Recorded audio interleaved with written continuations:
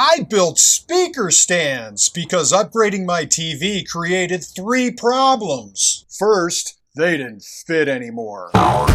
So they were moved to a shelf mounted up above. That fixed the space problem, but created 2 more. From the vantage point of my personal comfort station, the TV is sitting between me and the speakers. And then there's this. These speakers produce a lot of bass. The wife had to stop putting her Fabergé eggs up there. And even though I could hear them, they weren't at the right height. Tweeters should be at ear level. I needed speaker stands that solved all 3 problems, but I didn't just want a box on a box. Instead, my design matched the shape of the speaker with a round base, a round top, and chamfered edges to make everything look smooth and intentional. Okay, so how do you build round speaker stands? Furniture makers typically start with walnut. I'm starting with 2x4s. These need to be nice and flat, so I ran a few through the planer. 16 8-inch pieces were cut with 22.5-degree angles. The faces are painted with glue and octagons are assembled. Both octagons are wrapped with a ratchet strap, providing the clamping force while the glue dries. Meanwhile, I glued up 1x10 boards to make 2 1x20 pieces. After rough cutting them into circles, they become the tops of the bases. The octagons are also rough cut into circles. The top circles are then mounted to the bottom circles, formerly known as octagons. Now the plan is to route a nice circle out of this. I'm going to sneak up on it and only remove a 1/2 inch at a time. I'm trying to be extra careful. I haven't used this router in 15 years, and this is my only router bit long enough to do this job. If it breaks, I'm screwed. Each pass was generally half the bit down and about a 1/16 inch deep. Several passes were taken. I may have been able to do fewer, but the bit survived. The top of the base was finished with a 1/2 inch rounded chamfer. It's flipped upside down and a flush trimmed bit finishes the bottom of the base. Sanding down the routing marks makes it look like I knew what I was doing. The tops are made the same way.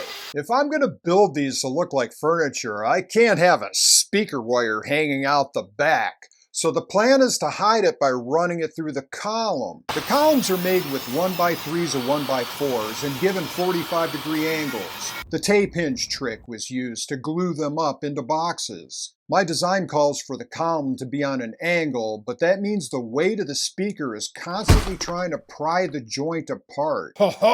So this connection needs to be a lot stronger than a couple of screws into the column end grain. Some slugs are cut and glued into the ends, so the screws can bite into the side grain for more holding strength. Now 15-degree angles are cut on both sides. Rigging the assembly with clamps, everything is screwed together dry, no glue yet. The assemblies are stained using a dark walnut. After the stain dries, the assemblies are unassembled, glued, and reassembled. They are given a few coats of varnish. Speaker wires are fished through. Now you see why I did a hollow base. Several freezer bags were filled with play sand and stuffed into the bottom cavity. This adds weight to prevent tipping and helps absorb vibrations. Hardboard is used to close off the bottom, then leftover rubber feet from another project are screwed on. 3 feet prevent wobble, which could also transfer vibrations.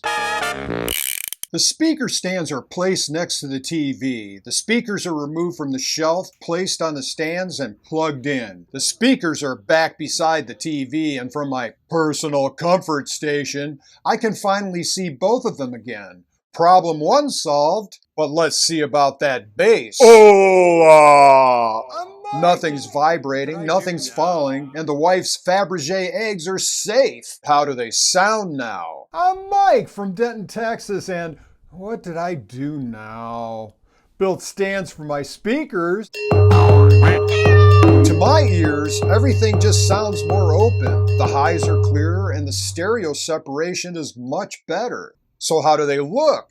This was my first real attempt at turning construction lumber into furniture. Pine isn't exactly the easiest wood to stain, but you be the judge. I started out building speaker stands. I ended up fixing my entire home theater. So now, if you'll excuse me, I need to finish watching my favorite show. Don't forget to like and subscribe. And stick around.